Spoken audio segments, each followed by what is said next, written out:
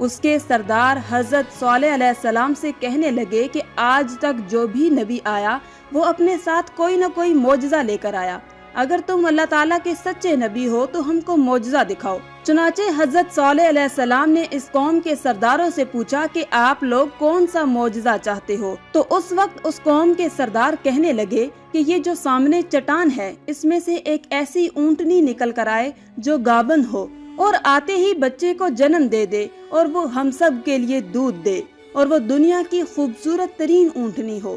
اور اس کے ساتھ ساتھ وہ اونٹنی ایسی ہو جس کا کوئی ماں باپ نہ ہو۔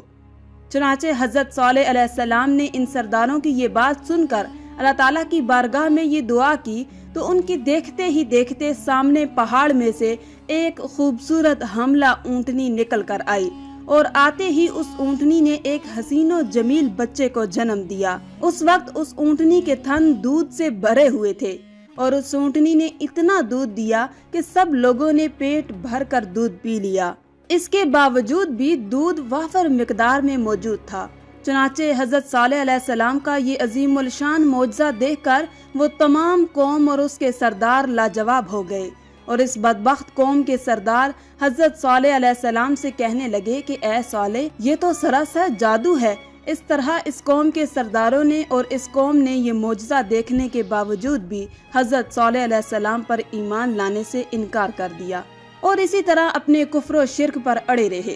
چنانچہ اس قوم کے کچھ لوگوں نے حضرت صالح علیہ السلام کی اونٹنی کو نقصان پہنچانے کی کوشش کی، تو حضرت صالح علیہ السلام نے ان لوگوں سے کہا کہ اللہ تعالیٰ کی بھیجی ہوئی اونٹنی ہے جو تمہارے لیے ایک معجزہ ہے، اب تم اس اونٹنی کو اللہ تعالیٰ کی زمین پر چھوڑ دو اور اسے کسی قسم کی تکلیف نہ پہنچانا، ورنہ اللہ تعالیٰ کا دردناک عذاب تمہیں پکڑ لے گا۔ ناظرین، اس طرح اللہ تبارک و تعالیٰ کی بھیجی ہوئی اونٹنی اور اس کا بچہ قوم سمود کے کھیتوں میں پورا دن چرتے اور ان کے چشموں کا سارا پانی پی جاتے۔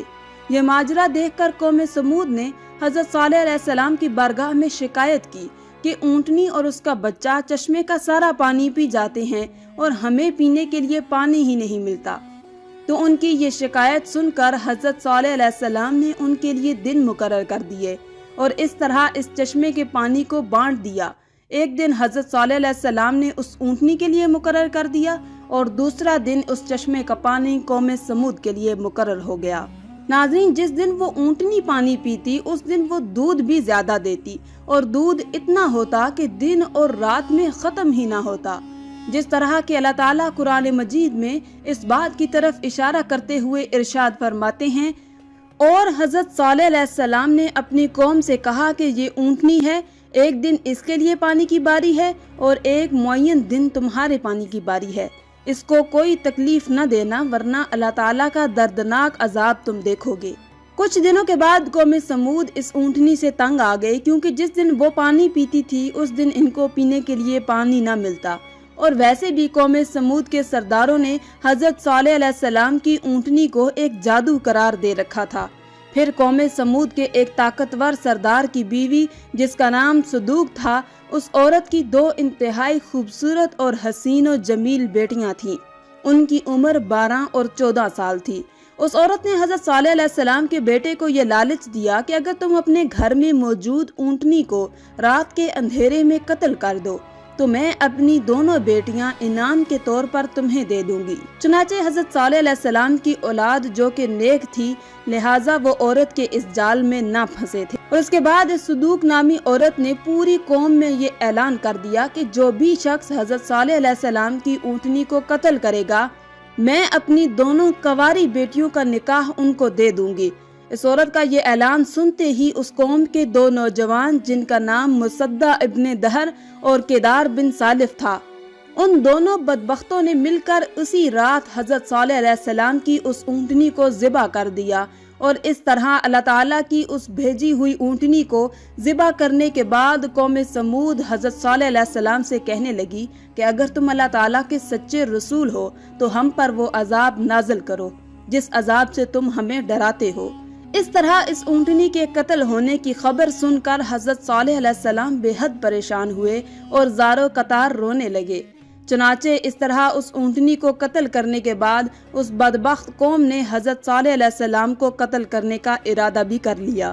جس طرح کہ اللہ تعالیٰ قرآن پاک میں ارشاد فرماتے ہیں، آخرکار انہوں نے اونٹنی کو قتل کر دیا اور اپنے پروردگار کے حکم سے سرکشی کی اور کہنے لگے کہ جس سے تم ہمیں ڈراتے ہو، اگر تم اللہ تعالیٰ کے سچے پیغمبر ہو تو اس عذاب کو ہم پر لے آؤ۔ اس طرح جب اس قوم نے اللہ تعالیٰ کی بھیجی ہوئی اس اونٹنی کو قتل کر دیا اور اپنی نافرمانی میں حد سے زیادہ بڑھ گئے اور خود ہی اللہ کے عذاب کو طلب کر لیا، صالح علیہ السلام قوم سمود سے کہنے لگے کہ اب اللہ تعالیٰ کے دردناک عذاب سے تم لوگوں کو کوئی بھی نہیں بچا سکتا۔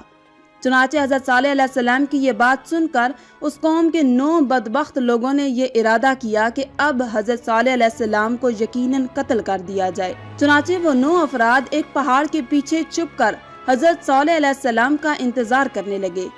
کہ کب حضرت صالح علیہ السلام یہاں سے گزریں اور معاذ اللہ ہم ان کو قتل کر دیں۔ لیکن اللہ تعالیٰ کی حکمت ایسی ہوئی کہ اللہ تعالیٰ نے اسی رات ان 9 افراد پر پتھروں کی بارش برسا دی، جس سے وہ 9 کے 9 افراد ہلاک ہو گئے، اور صبح پوری قوم کے لوگوں نے ان 9 افراد کی لاشوں کو دیکھا۔ اس طرح اللہ تعالیٰ کے دردناک عذاب اور ان 9 افراد کی لاشوں کو دیکھنے کے باوجود بھی قوم سمود اپنی سرکشی سے باز نہ آئی اور اسی طرح بت پرستی کے اندر مبتلا رہی اور اللہ تعالیٰ کی نافرمانیوں میں مزید حد سے بڑھنے لگے۔ اس طرح جب حضرت صالح علیہ السلام کی قوم قابل ہدایت نہ رہی تو اس وقت حضرت صالح علیہ السلام نے اپنی قوم سے کہا کہ تمہارے پاس صرف 3 دن باقی بچے ہیں، جتنی چاہے عیش و عشرت کر لو اور شراب و شباب میں گزار لو۔ 3 دن کے بعد اللہ تبارک و تعالیٰ کا دردناک عذاب تمہارا منتظر ہے۔ جس طرح اللہ تعالیٰ قرآن پاک میں ارشاد فرماتے ہیں کہ جب انہوں نے اس اونٹنی کو قتل کر دیا تو حضرت صالح علیہ السلام نے اپنی قوم سے کہا کہ 3 دن اپنے گھروں میں فائدہ اٹھا لو اور یہ بات جھوٹ نہیں۔ اس طرح جب حضرت صالح علیہ السلام نے اپنی قوم کو اللہ تعالیٰ کی دردناک عذاب کی وعید سنائی تو اس قوم کے بے شرم لوگوں نے حضرت صالح علیہ السلام کا مذاق اڑانا شروع کر دیا، اور اس قوم کے بے شرم لوگ حضرت صالح علیہ السلام سے یہ کہنے لگے کہ آپ ہی بتا دیں کہ ہم یہ 3 دن شراب میں گزاریں یا شباب میں گزاریں۔ تو حضرت صالح علیہ السلام فرمانے لگے کہ پہلے دن تمہارے چہروں کا رنگ زرد ہو جائے گا، اور دوسرے دن تمہارے چہروں کا رنگ سرخ ہو جائے گا، اور تیسرے دن تمہارے چہرے سیاہ ہو جائیں گے، اور چوتھے دن اللہ تعالیٰ کا دردناک عذاب تم پر مسلط ہو جائے گا۔ چنانچہ حضرت صالح علیہ السلام کی قوم پر اس بات کا کوئی اثر نہ ہوا، وہ اسی طرح اپنی نافرمانی میں مبتلا رہے اور اللہ تعالیٰ کی نافرمانی کرتے رہے۔ اور پھر حضرت صالح علیہ السلام کے حکم کے مطابق تیسرے دن ایسا ہی ہوا، جب ان کے چہرے کالے سیاہ ہو گئے تو اپنے کالے چہرے دیکھ کر خوف زدہ ہونے لگے اور ایک دوسرے سے کہنے لگے کہ نہ جانے کون سا دردناک عذاب ہم پر نازل ہونے لگا ہے، نہ جانے کس طرح کے عذاب کے اندر ہم کو مطلع کیا جائے گا۔ چوتھے دن ایک زوردار اور خوفناک چیخ آسمانوں سے نکلی، جس چیخ کی وجہ سے تمام قوم سمود کے لوگوں کے کانوں کے پردے پھٹ گئے اور ان کے دل جیسے باہر آنے لگے اور روحیں جسم کو چھوڑنے لگیں، اور چند ہی لمحوں میں وہ لوگ جہاں جہاں پر موجود تھے وہیں اپنی اپنی جگہ پر اوندے منہ گر گئے اور تڑپ تڑپ کر سب ہلاک ہو گئے۔ پھر اس کے بعد اللہ تعالیٰ نے ایک ایسا دردناک زلزلہ بھیجا جس زلزلے کی وجہ سے انہی کے گھروں کو انہی پر گرا دیا گیا۔ جس طرح اللہ تعالیٰ قرآن پاک میں ارشاد فرماتا ہے، اور جب ہمارا حکم آ گیا تو ہم نے حضرت صالح علیہ السلام کو اور جو لوگ ان کے ساتھ ایمان لائے تھے ان کو اپنی مہربانی سے بچا لیا اور اس دن کی رسوائی سے محفوظ رکھا۔ بے شک تمہارا پروردگار بہت طاقتور ہے اور زبردست ہے۔ ناظرین، اس طرح اللہ تعالیٰ نے قوم عاد کی تباہی اور بربادی کے بعد ان کی نسل میں سے قوم سمود کو ہلاک کیا اور اس نافرمان قوم پر اپنا دردناک عذاب نازل فرمایا اور اس قوم کے لوگوں کو صفحہ ہستی سے مٹا دیا۔ اور اللہ تعالیٰ نے اس قوم کے گھروں کے نشانات کو آج بھی باقی رکھا ہے تاکہ لوگ عبرت حاصل کریں اور اللہ تعالیٰ کی نافرمانی سے باز آ جائیں۔ اس قوم کے گھر آج بھی لوگوں کے لیے عبرت کا نشان بنے ہوئے ہیں۔